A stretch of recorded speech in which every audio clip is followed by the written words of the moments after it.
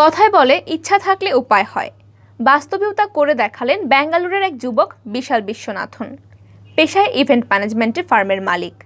করোনাকালে লকডাউনে ও সরকারি বিধিনিষেধের কারণে তার ব্যবসা ক্ষতিগ্রস্ত হয়েছিল। তবু তিনি আশা হারাননি, বরং ব্যাগ গুছিয়ে রওনা দিয়েছেন দেশ ভ্রমণে। ঘুরে বেড়ালেন পুরো ভারত। ২৮টি রাজ্য জুড়ে ২৭৮ দিনের দীর্ঘ সফর শেষ করে নিজের শহরে ফিরেছেন বিশাল। গেল বছরের ২৬ জুলাই বিশাল তার এই দীর্ঘ সফর শুরু করেন। ৩২ বছর বয়সী বিশালের প্রথম গন্তব্য ছিল গুয়াহাটি, সেখান থেকে অরুণাচল প্রদেশ। এমনকি গেল বছরের জুলাই মাসে করোনার কারণে তাকে অনেক রাজ্যে ঢুকতে বাধাও দেওয়া হয়েছিল, কিন্তু তাতেও দমেননি বিশাল। সেখান থেকে বাসে করে প্রথমে ঝাড়খণ্ডের ধানবাদ এবং তারপর বিহারের বোধগয়ায় যান। এই যাত্রাপথে তার সঙ্গে বিভিন্ন সংস্কৃতির মানুষের পরিচয় হয়। তবে সবচেয়ে অবাক করা বিষয় হলো, বাড়ি থেকে বেরোনোর আগে বিশালের পকেটে ছিল মাত্র ১২,০০০ টাকা।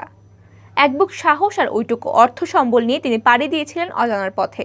কোনো পরিকল্পনাও ছিল না, পরিস্থিতি অনুযায়ী চলেছেন। বিশাল তার এই অসাধারণ অভিজ্ঞতার কথা নেট মাধ্যমে ভাগ করে নিয়েছেন। বিশাল লিখেছেন, দীর্ঘ যাত্রাপথে অনেক অভিজ্ঞতা সঞ্চয় করেছি, প্রতিটি মুহূর্ত উপভোগ করেছি। এটা আমার জীবনের অন্যতম সঞ্চয়। নিজেকে আলাদা করে খুঁজে পাওয়ার জন্য একা বেরিয়ে পড়ার মতো ভালো উপায় আর হয় না। আর্থিক সামর্থ্য যেন বাধা হয়ে না দাঁড়ায়। ঘুরে বেড়ানোর অদম্য ইচ্ছা থাকলে সবার পক্ষে এটা সম্ভব হবে।